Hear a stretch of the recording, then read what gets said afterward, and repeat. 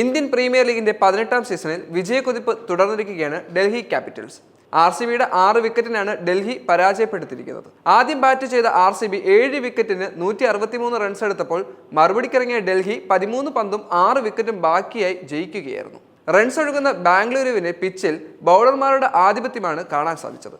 എന്നാൽ ഡൽഹിയെ വിജയത്തിലെത്തിച്ചത് KL രാഹുലിന്റെ തകർപ്പൻ ബാറ്റിംഗ് പ്രകടനമാണ്.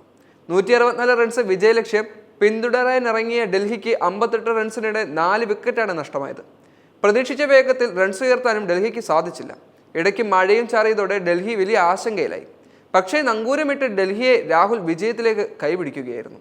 53 പന്ത് നേരിട്ട് 7 4ഉം 6 6ഉം ഉൾപ്പെടെ 93 റൺസോടെയാണ് രാഹുൽ പുറത്താവാതെ നിലനിന്നത്. RCBയുടെ എല്ലാ കണക്കുകൂട്ടലുകളും തെറ്റുന്ന പ്രകടനമായിരുന്നു അത്.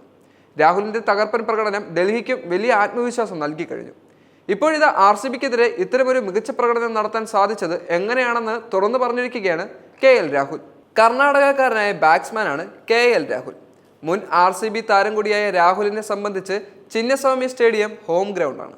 വലിയ അനുഭവ സമ്പത്ത് ഈ ഗ്രൗണ്ടിൽ രാഹുലിനുണ്ട്. ഇത് ഗുണം ചെയ്തുവെന്നാണ് മത്സരശേഷം രാഹുൽ തന്നെ തുറന്നു പറയുന്നത്. ഇതെൻ്റെ ഗ്രൗണ്ടാണ്, ഇതെൻ്റെ വീടാണ്. മറ്റാരേക്കാളും ഇവിടുത്തെ സാഹചര്യം എനിക്ക് നന്നായി അറിയാം. അതുകൊണ്ട് തന്നെ ഇവിടെ കളിക്കുന്നത് ഞാൻ വളരെയധികം ആസ്വദിക്കുന്നുണ്ട്. ഇത് അല്പം പ്രയാസമുള്ള വിക്കറ്റായിരുന്നു. എന്നാൽ വിക്കറ്റ് കീപ്പറായി 20 ഓവർ നിന്നതോടെ വിക്കറ്റിൻ്റെ സ്വഭാവം കൃത്യമായി മനസ്സിലാക്കാൻ സാധിച്ചു.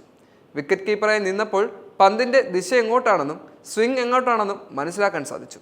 ഇത് ബാറ്റിങ്ങിൽ വളരെയധികം സഹായിച്ചുവെന്നും രാഹുൽ പറയുന്നു. പിച്ചിൻ്റെ സ്വഭാവത്തെ മനസ്സിലാക്കി കളിക്കാൻ രാഹുലിന് സാധിച്ചു. പൊതുവെ ബാറ്റിംഗ് അനുകൂലമായാണ് ബാംഗ്ലൂരുവിലെ പിച്ച്. എന്നാൽ ഇത്തവണ ബോളർമാർക്കാണ് മുൻതൂക്കം ലഭിച്ചത്.